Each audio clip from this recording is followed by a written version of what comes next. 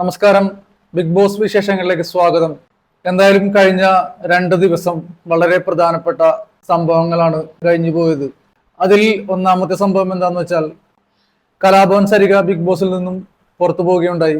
Big ബോസിൽ നിന്നും പുറത്താകുന്ന 3ാമത്തെ contestant ആണ് കലാഭവൻ സരിക. ഏതായാലും വളരെ മാന്യമായ പെരുമാറ്റത്തോടു കൂടി ബിഗ് ബോസിൽ നിലനിന്ന സരിക ചേച്ചി വളരെ സന്തോഷത്തോടു കൂടിയാണ് യാത്രയായത്. പുറത്തേക്ക് പോകുമ്പോൾ ഉണ്ടാകുന്ന ഒരു ദുഃഖം മാറ്റി നിർത്തി കഴിഞ്ഞാൽ വളരെ ഹാപ്പിയായും വളരെ ഊർജ്ജസ്വലതയോടും കൂടിയാണ് സരിക ചേച്ചി പുറത്തേക്ക് പോവുകയുണ്ടായത്. എന്തായാലും കുറച്ചു നാൾ കൂടെ നിൽക്കണമെന്ന് പ്രേക്ഷകർ ആഗ്രഹിച്ച ഒരു വ്യക്തിയാണ് സരിക ചേച്ചി. നെക്സ്റ്റ് പറയാനുള്ളത് നമ്മളുടെ ക്യാപ്റ്റൻ ആര്യനെ കുറിച്ചാണ്. ആര്യന്റെ ഏറ്റവും മോശം ദിവസമായിരുന്നു സൺഡേ എപ്പിസോഡ്, ലാലേട്ടൻ വന്ന ദിവസം.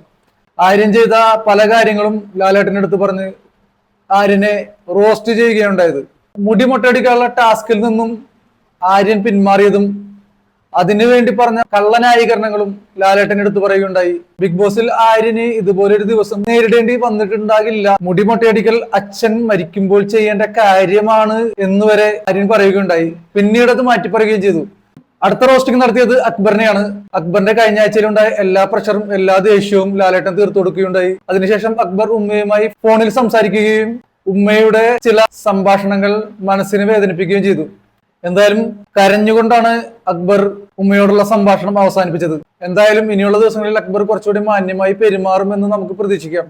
അമ്മാതിരി പണിയാണ് ലാലേട്ടൻ അക്ബറിന് കൊടുത്തതും. നെക്സ്റ്റ് പറയാനുള്ളത് ഇന്നത്തെ എപ്പിസോഡിന്റെ ഏറ്റവും വലിയ പ്രത്യേകത ശാരിക ഔട്ടായി എന്നുള്ളതാണ്.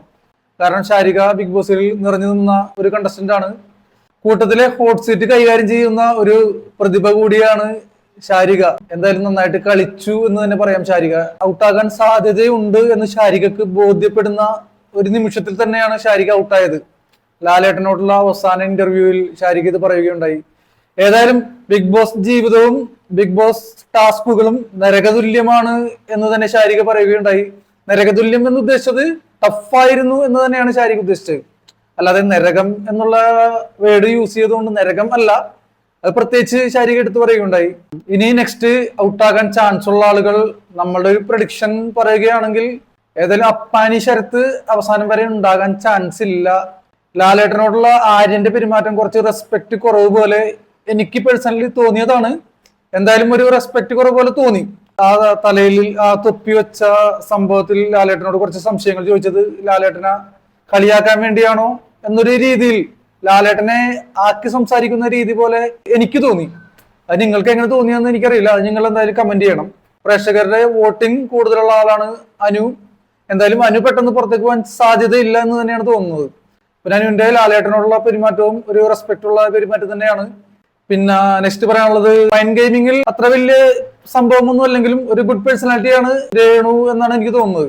ഏതായാലും രേണു ചേച്ചി അവസാനം വരെ ഉണ്ടാകാനുള്ള ചാൻസ് ഉണ്ട്. പ്രേക്ഷകരുടെ വോട്ടിംഗ് ഉണ്ടാകുമെന്നുള്ള പ്രതീക്ഷ രേണു ചേച്ചിക്ക് ഉണ്ട്. ഇനിയുള്ള എപ്പിസോഡുകൾ ഇനി എങ്ങനെ ആകുമെന്ന് നമുക്ക് കണ്ടു തന്നെ അറിയാം.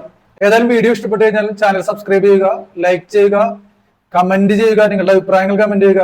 ഏതായാലും ബിഗ് ബോസ് വിശേഷങ്ങൾ കേട്ടിരുന്ന എല്ലാവർക്കും നന്ദി, നമസ്കാരം.